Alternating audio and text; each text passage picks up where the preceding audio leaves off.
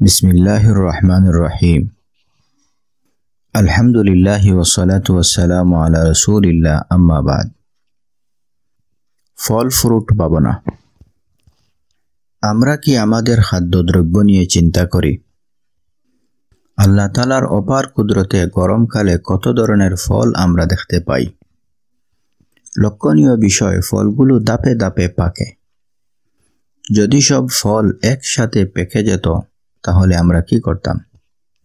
আনারস, তরমুজ, বাঙ্গি, আপেল, মাল্টা, আঙ্গুর, লিচু, আম, জাম ও কাঁঠাল ইত্যাদি একের পর এক বাজারে আসতে থাকে। ফলগুলো একই দিনে পাকে না। তরমুজ 3 মাস জুড়ে ধারাবাহিকভাবে পাকতে থাকে। প্রতিদিন গাড়ি ভর্তি তরমুজ পাকে।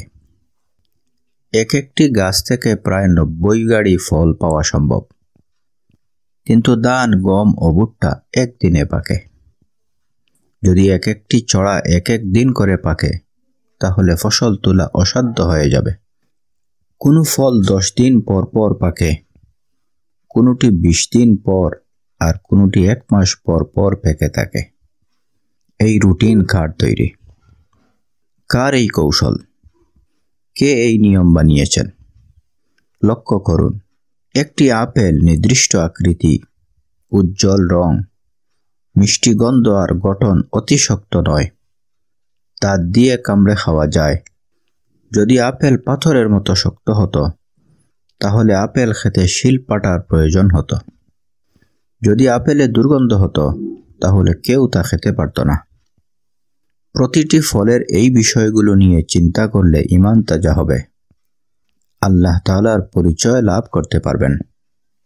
আল্লাহ তাআলা বলেন, তোমরা তোমাদের খাবারের প্রতি লক্ষ্য করো। ধান, গম, ডাল, ছোলা যা আমরা ভক্ষণ করি, ফলসমূহ যা আমরা খাই, দুধ যা আমরা পান করি, এসব কার সৃষ্টি? নিশ্চয়ই আল্লাহর। কেউ কি ফলের নাম উল্লেখ না করে ফলের স্বাদ বর্ণনা করতে পারবেন?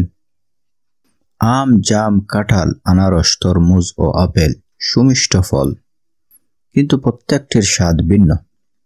আল্লাহ তাআলা বলেন, বিভিন্ন রকম ফল উৎপন্ন হয় একই সেচের পানি থেকে, অথচ স্বাদ ভিন্ন।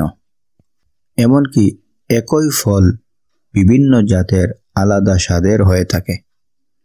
কোরআন শরীফে আল্লাহ তাআলা এ ব্যাপারে বান্দার দৃষ্টি আকর্ষণ করেছেন। আপেল হলুদ রঙের, লাল রঙের, শীতকালীন আপেল টক আর অন্যান্য আপেল চিনির মতো মিঠে হয়। বিশ্বে প্রায় 400 থেকে 500 জাতের আপেল রয়েছে। সুবহানাল্লাহ। এভাবে প্রতিটি ফলের বিভিন্ন জাত দেখা যায়। কেন আল্লাহ তাআলা এসব সৃষ্টি করলেন? যেন মানুষ সেগুলো নিয়ে ভাবে। আল্লাহ তাআলা আদেশ দিয়েছেন আপন খাদ্যদ্রব্য নিয়ে চিন্তা করতে। এর মাধ্যমে আল্লাহর মহত্বের সাথে মানুষ পরিচিত হবে।